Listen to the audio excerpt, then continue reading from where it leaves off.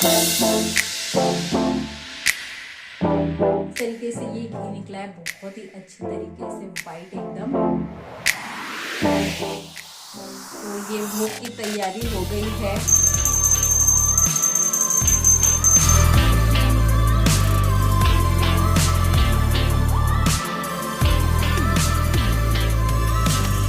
Hey guys, welcome and welcome back to my channel. आप सब कैसे हैं? आई होप आप सभी ठीक होंगे। कल है मकर संक्रांति और 15 दिन कैसे निकल गए हमें पता ही नहीं चला। नया साल स्टार्ट हो गया, 15 दिन निकल गए और मकर संक्रांति हमारे साल का पहला त्योहार आ गया है। मकर संक्रांति हम बहुत सारे रीजंस की वजह से मनाते हैं, वो वीडियो में मैं आपको बताऊंगी, क्योंकि मुझे भी पहले नहीं पता था। सिर्फ इतना पता था इस दिन पतंग उड़ाई जाती है, खिचड़ी खाते हैं और तिल के लड्डू खाते हैं। तो ये सारी चीजों के पीछे बहुत सारे रीजन होते हैं, उससे फाइंड हम कभी नहीं करते। बस हमारे बड़ों ने हमें बताया है, वही चीजें हम फॉलो करते जाते हैं। तो इसके पीछे क्या स्टोरी है वो मैं आपको आज के वीडियो में बताऊंगी। और मुझे मकर संक्रांति की प्रिपरेशन करना है, तो आज मैं बनाने वाली हूँ तिल्ली से रिलेटेड कोई मिठाई बनाएंगे, या तो हम लड्डू बनाएंगे या बर्फी बनाएंगे। देखते हैं मैं क्या बनाने वाली हूँ। तो मैं वो प्रिपरेशन करती हूँ, साथ में आपको स्टोरी भी बताऊंगी कि आखिर हम मकर संक्रांति बनाते क्यों हैं। और मुझे मार्केट से कुछ पूजन का सामान भी लेना है, क्योंकि मॉर्निंग में आपको पता है सूर्य देवता की पूजा करनी होती है। मकर संक्रांति के लिए हम बहुत सारी तैयारी करते हैं, तो वो कुछ चीजें हैं जो मैं लेके नहीं आई थी। तो 2-3 चीजें मुझे लेके आनी है, तो वो मार्केट से मैं आज शाम में लेके आऊंगी। तो फिलहाल तो हम चलो काम करते हैं। मुझे क्योंकि मकर संक्रांति है, तो आपको थोड़ी सी तैयारी पहले से भी करनी होती है। तो चलिए पहले प्रिपरेशन स्टार्ट करते हैं। मुझे क्या बनाना है अभी मैं फिलहाल डिसाइड करती हूँ। So let's get started.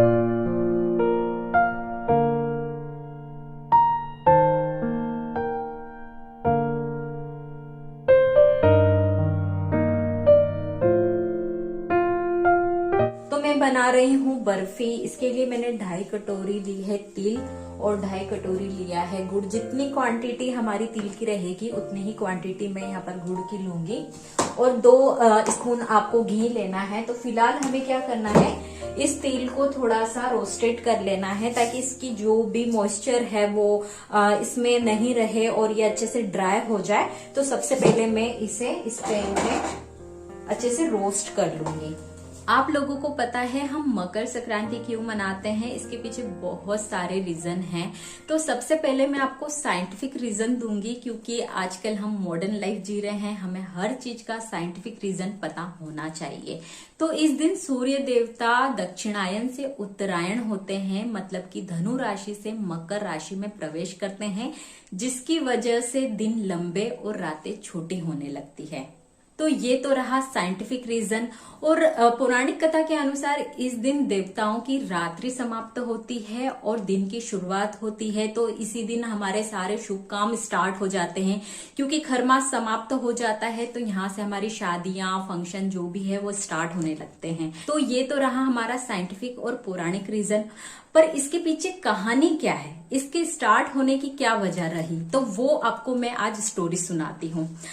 कहते हैं इस दिन जिसकी भी मृत्यु होती है उसे मोक्ष प्राप्त होता है। इसके पीछे एक छोटी सी स्टोरी है, वो मैं आपको सुनाती हूँ।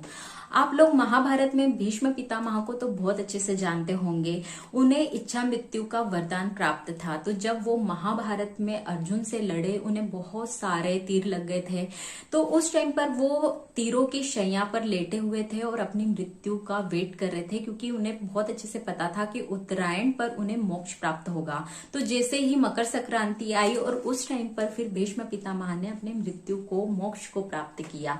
तो इस वजह से भी बहुत सारी चीजें हैं, रीजंस है हमारे पौराणिक कथा में। अगर आप जानेंगे तो आपको बहुत अच्छा लगेगा, इंटरेस्ट आएगा।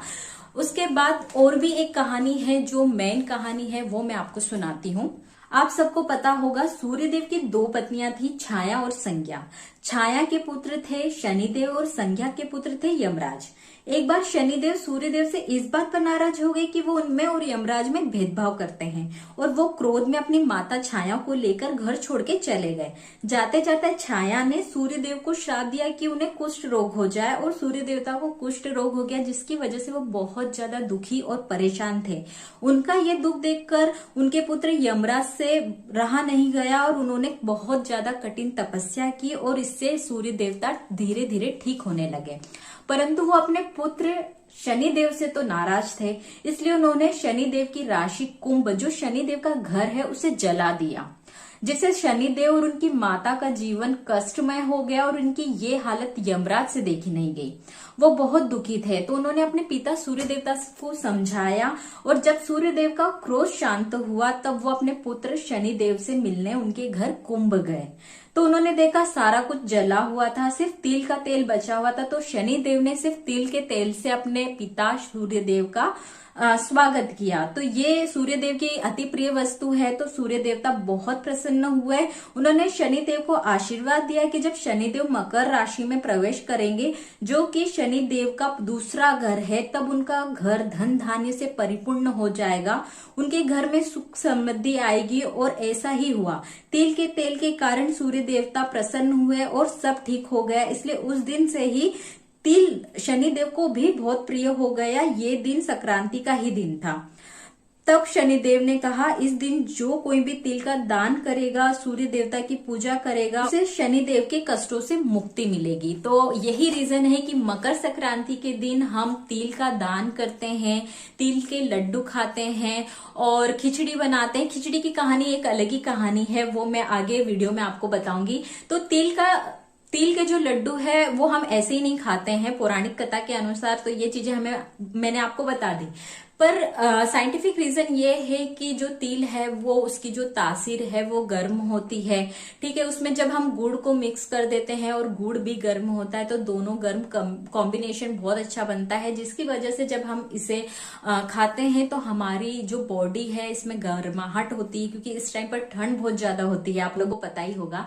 तो इसकी वजह से भी हम तिल के लड्डू, तिल का जो बर्फी है जो मैं बना रही हूँ, इन सारी चीजों को बनाते हैं, खाते हैं, दान करते हैं। इस दिन बहुत सारा दान करना चाहिए आप लोगों को भी।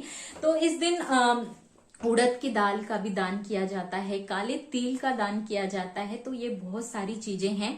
तो फिर मैं आपको कल एक नई कहानी सुनाऊंगी कि खिचड़ी हम क्यों खाते हैं। तो ये हम आपको कल तक वेट करना पड़ेगा, मतलब वीडियो को आगे देखना पड़ेगा, क्योंकि मैं बाकी का काम निपटा लेती हूँ। तो फ्रेंड्स, मेरी जो बर्फी है, तिल्ली की पट्टी है, वो बनके रेडी हो गई है। अब कल भोग लगाएंगे भगवान जी को, उसके बाद ही खाएंगे। तो थोड़ा सा मैं इसे यहीं पर ड्राई होने के लिए रख देती हूँ। और आज मॉर्निंग में कोको ने घी निकाला मलाई से। एक्चुअली मैं पहले मलाई से 1-2 बार मैंने घी निकाला था, अच्छे से निकल गया, फिर एक बार मेरा खराब हो गया तो फिर मैंने बनाया नहीं।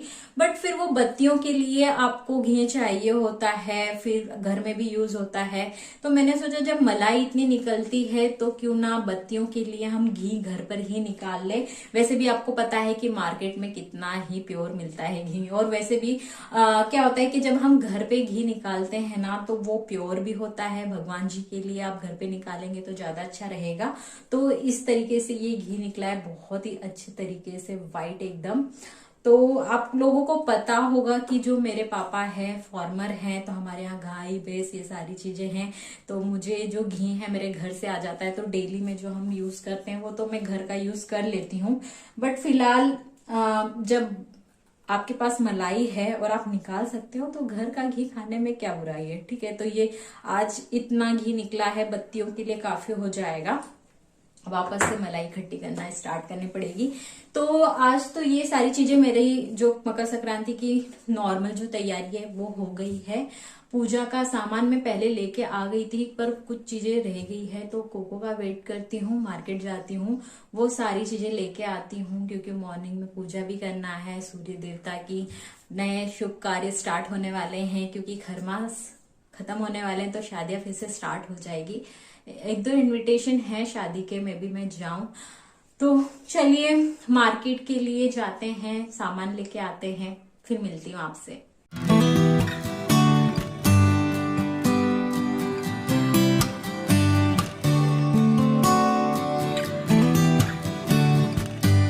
Morning friends. तो आज है मकर संक्रांति और मुझे जल्दी से पहले नहाना है।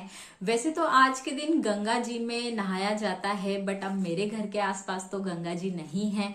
यदि आपके पास गंगा जल है तो अपने पानी में मिक्स कर ले, या नर्मदा जी, कोई भी पवित्र नदी आपके पास हो तो वहां पर जाए, वहां नहाए। आज के दिन बहुत अच्छा होता है।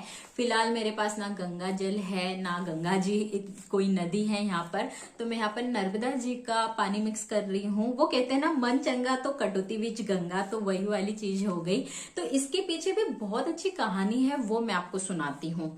माँ गंगा जब स्वर्ग से आई भागीरथ के पीछे क्यों आई थी? भागीरथ के जो पूर्वज थे उनका तर्पण करने के लिए, क्योंकि जो सगर महाराज थे उनके 60,000 पुत्र थे जिनको कि कपिल मुनि ने श्राप दिया था, जिसकी वजह से वो सारे 60 लोग, उनके पुत्र मृत्यु को प्राप्त हुए थे। जिसकी वजह से वो चाहते थे कि भगीरथ गंगा जी को पृथ्वी पर लेके आए और उन्हें तर्पण मिले, उन्हें मोक्ष मिले। तो इसलिए भगीरथ बहुत कठिन तपस्या करते हैं, तब जाके गंगा माता भगीरथ के पीछे पीछे आती है और कपिल मुनि के आश्रम से होते हुए वो गंगा सागर में गिरती है। तब जाके भगीरथ अपने पूर्वजों का तर्पण करते हैं। तो इसीलिए कहा जाता है कि इस दिन गंगा जी में नहाना, स्नान करना बहुत अच्छा होता है। तो मैंने तो यहाँ पर स्नान कर लिया है, जो भी मेरे पास पानी था। भोग की तैयारी करती हूँ, तो थोड़ी सी खिचड़ी बनाई है मूंग की दाल की भोग के लिए, और आटे का हलवा बनाने वाली हूँ। तो चलो, मैंने खिचड़ी तो रख दी है यहाँ पे, अब मैं हलवा बना। खिचड़ी बनाई जाती है आज के दिन, इसके पीछे भी एक कहानी है, तो चलिए वो भी सुन लेते हैं। देखो, वैसे तो हमारी जो खिचड़ी होती है उसमें सारी ऐसी चीजें होती है जो एक छोटा परिवार भी अफोर्ड कर सकता है, गरीब परिवार। इसलिए भी खिचड़ी बहुत अच्छी होती है, हेल्थ के लिए बहुत अच्छी होती है, क्योंकि इसमें सारी सब्जियां, चावल, ये सारी चीजें होती है, जिसकी वजह से खिचड़ी हमारी बॉडी के लिए भी बहुत अच्छी होती है। पर इसके पीछे एक छोटी सी कहानी है कि खिचड़ी क्यों बनाई जाती है भैया मकर संक्रांति के दिन, है ना। तो खिचड़ी के लिए भी एक कहानी है छोटी सी, वो मैं आपको सुनाती हूँ। कहते हैं अलाउद्दीन खिलजी ने जब नाथ योगियों पर आक्रमण किया तो उस टाइम पर उनके पास इतना भी समय नहीं होता था कि वो खाना बना पाए। तो इस समस्या का समाधान गोरखनाथ बाबा ने दिया। उन्होंने कहा कि खिचड़ी और सारी सब्जियों को एक साथ जब बनाया जाएगा तो टाइम भी बचेगा और बहुत अच्छी सारी सब्जियां मिलेगी, तो सारे न्यूट्रिशन भी आपको मिलेंगे। तो उस टाइम पर जब ये खिचड़ी बनी तो सारी चीजें मिक्स कर दी गई, तो गोरखनाथ महाराज ने ही इसका नाम खिचड़ी बनाया। और वो जो दिन था वो मकर संक्रांति का दिन था, जिसकी वजह से मकर संक्रांति के दिन से हम खिचड़ी बनाना स्टार्ट कर दिए हैं। हमें रीजन ही पता नहीं होता कि हम बस खिचड़ी बनाते हैं, तो हमें सारी चीजें पता होनी चाहिए कि आखिर हम खिचड़ी ही क्यों बनाते हैं। ठीक है, तो ये अगर आपको नहीं पता था मुझे कॉमेंट करके जरूर बताना। ऐसी बहुत सारी स्टोरी है, हमारे पौराणिक आध्यात्मिक कथा ग्रंथ अगर आप पढ़ेंगे तो आपको पता चलेगा। तो मुझे तो काफी अच्छा लगा ये सारी चीजें जानकर और आपको बताकर। आप मुझे कमेंट करके जरूर बताना कि इनमें से कौन सी कहानी सबसे ज्यादा आपको पसंद आई है। तो ये भोग की तैयारी हो गई है। मैंने खिचड़ी और ये जो कल मैंने लड्डू, तो कल कोको लेके आ गए और हलवा बनाया है, आप देख सकते हैं। और ये आपको दान करना होता है काली तिल और काले उड़द। तो ये दोनों प्लेट तैयार हो गई है। अब मैं फटाफट से मंदिर में जाके पूजा करती हूँ, क्योंकि बहुत ज्यादा लेट हो गया है।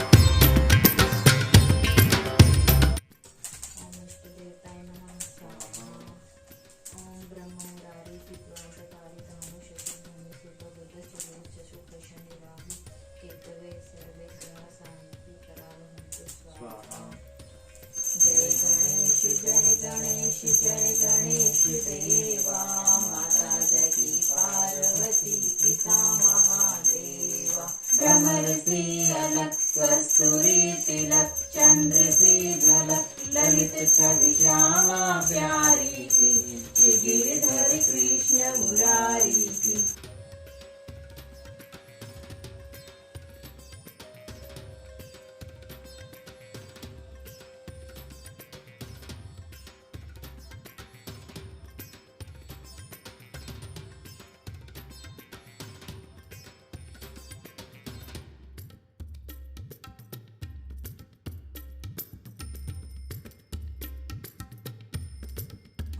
तो फ्रेंड्स, हमने खाना खा लिया है, खिचड़ी खा ली है और अब हम जा रहे हैं छत पे क्योंकि कोको लेके आए हैं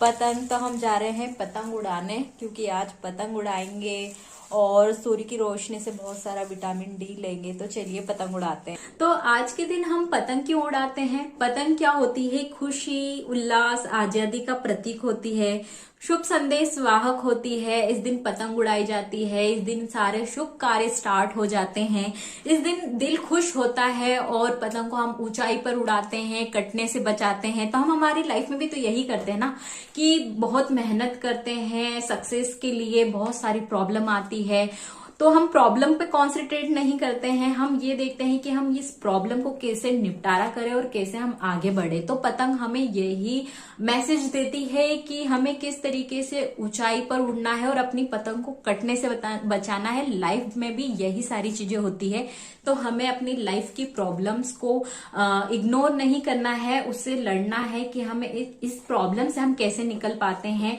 तो अपनी सक्सेस के लिए रास्ता मत बदलिए, क्योंकि रास्ता हम कितना बदलेंगे, ठीक है। मैंने भी बहुत सारी ऐसी चीजें की है कि मैं पहले मुझे कुछ और करना था, फिर मुझे ऐसा लगा कि ये मुझसे नहीं हो पाएगा, फिर मैंने दूसरी चीजें ट्राई करी। पर जब से मैं यूट्यूब पे आई हूँ, मैं मतलब मेरा जो माइंड है वो स्थिर हो गया है और अब मैं चाहती हूँ कि मैं YouTube पर ही मेहनत करूं। मुझे आप लोगों के साथ इस तरीके से वीडियो शेयर करना भी बहुत अच्छा लगता है। तो अपनी लाइफ में सक्सेस के पहले ही गिव अप मत करिए कि ये सारी चीजें आपके लिए नहीं है, ऐसा मत सोचिए। बहुत सारी प्रॉब्लम आएगी इस रास्ते में, तो आप लड़ते रहिए और मेहनत करिए। मेहनत से ही सारे काम होते हैं, किस्मत में कोई चीज नहीं छोड़नी चाहिए। किस्मत थोड़ा सा 10-20% होता है किस्मत का रोल, अदरवाइज सारी चीजें डिपेंड करती है हमारी मेहनत पे। तो हार्ड वर्क कीजिए, आपको सक्सेस जरूर मिलेगी। तो आज का ये वीडियो मुझे बहुत अच्छा लगा बना के। आप लोगों को कैसा लगा मुझे कमेंट करके जरूर बताना।